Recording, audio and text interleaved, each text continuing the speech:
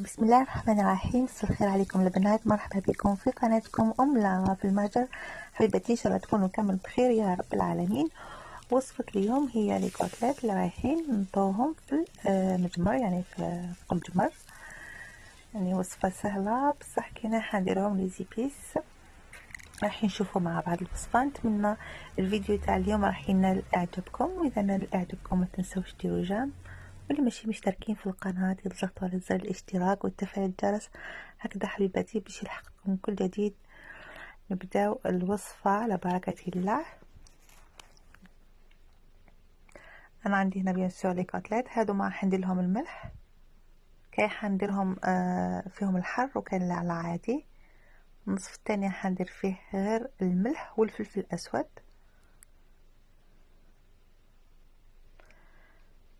انا هنايا حنزيد لهم لي زعب دو بروفونس اللي نديرهم حارين، اللي يكون فيه بطبيعة الحال إكليل. نزيد له الحر، يعني هذا حر شوية قوي. وراح نضيف لهم كذلك ملعقة تاع فلفل أحمر الحلو، يعني العكري، والفلفل الأسود. هذو اللي درت فيهم غير الملح، ندير فيهم قلت لكم الملح والفلفل الأسود، يعني نزيد نضيف لهم هما كذلك فلفل أسود.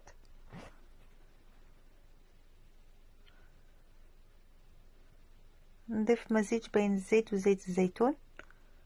كنتي حابه ديري زيت عاديه ديري زيت عاديه، حبيتي ديري زيت زيتون بحلقه وحدها ديريها وحدها، يعني درت لهم الاثنين.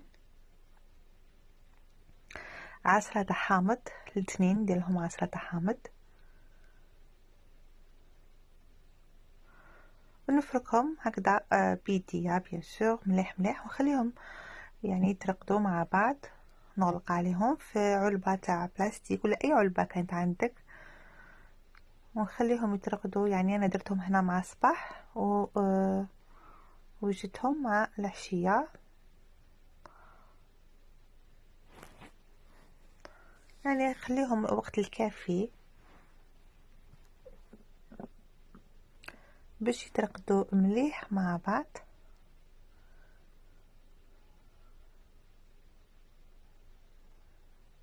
كما قلت لكم نديرهم في علبه، نغلق عليهم، نحطهم في الثلاجه حتى الاسواق ان شاء الله نخرجهم.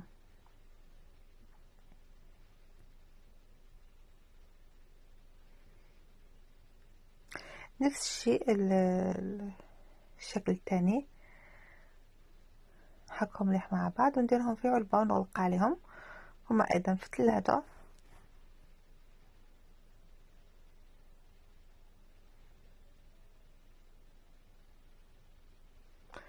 يعني جربوهم هادو تاع لي زيبيس ودولتكم، يعني ما عندهم حاجه في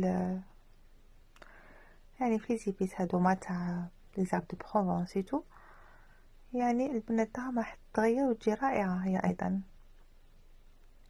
يعني سورتو على الجمر.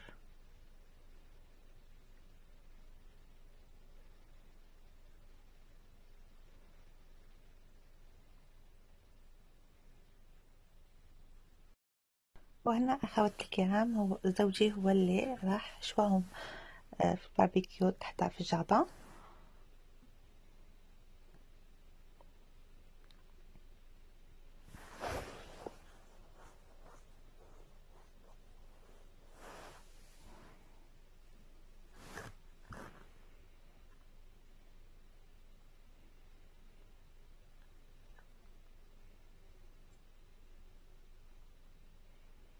وهنا في طبق التحضير زاد شوالي معهم البصل، وزينتهم انا بطماط سيشي، يعني تجي رائعة. نرافقوها معهم، ترافقي بيان سور بلي فريت ولي سالاد.